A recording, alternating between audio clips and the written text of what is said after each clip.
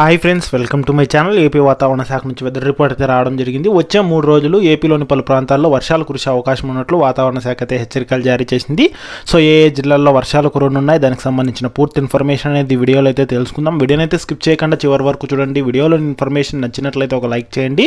Video useful అనిపిస్తే ఛానల్ని subscribe చేసుకోండి. అలాగే మీ ఫ్రెండ్స్ అండ్ ఫ్యామిలీ మెంబర్స్కి మన వీడియోస్ని అయితే షేర్ చేయండి. అలాగే వీడియో నచ్చినట్లయితే ఒక లైక్ చేయండి. మీరు ఎన్ని లైక్స్ చేస్తే నాకు అంత సపోర్టివ్గా ఉంటుంది. వీడియో కూడా ఎక్కువ మందికి రీచ్ అవ్వడం జరుగుతుంది. తద్వారా వీడియోలోని ఇన్ఫర్మేషన్ ఎక్కువ మందికి తెలిసే అవకాశం అయితే ఉంటుంది. ఇక లేట్ చేయకుండా టాపిక్లకైతే వెళ్ళిపోదాము.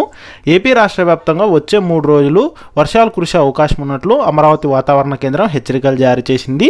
ముఖ్యంగా దక్షిణ ఛత్తీస్గఢ్ నుంచి రాయలసీమ, తెలంగాణ మీదుగా సగటు సముద్ర మట్టానికి 0.9 కిలోమీటర్ల ఎత్తు వరకు ద్రోణి అయితే విస్తరించింది. ఇక అంతేకాకుండా ఆంధ్రప్రదేశ్ మరియు యానాముల్లో దిగువటి రూపవరణంలో నైరుతి దిశగా గాలులు అయితే వీస్తున్నాయి. ఇక వీటి ఫలితంగా వచ్చే 3 రోజులు వర్షాలు కురిసే అవకాశం ఉన్నట్లు వాతావరణ శాఖ అయితే అంచనా వేస్తోంది. ఇక రాబోయే 3 రోజులు ఉత్తర కోస్తాంధ్ర, దక్షిణ కోస్తాంధ్ర, రాయలసీమ మరియు యానాముల్లో తేలికపాటి నుంచి మోస్తరు వర్షాలు లేదా ఉరుములతో కూడిన జల్లులు 1-2 చోట్ల కురిసే అవకాశం ఉందని, అలాగే ఉరుములతో కూడిన మెరుపులు మరియు ఎదురుగాలులు గంటకు 30 నుంచి 40 కిలోమీటర్ల వేగంతో వీచే అవకాశం ఉందని అయితే తెలిపింది.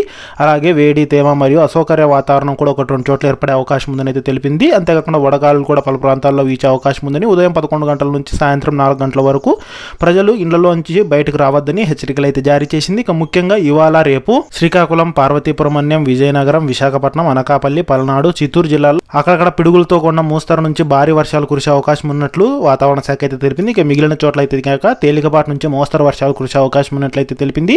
కాగా చిత్తూరు, తిరుపతి జిల్లాల్లో ఈదురుగాలులతో కూడిన వర్షాలు అయితే కనుక కురిశాయి.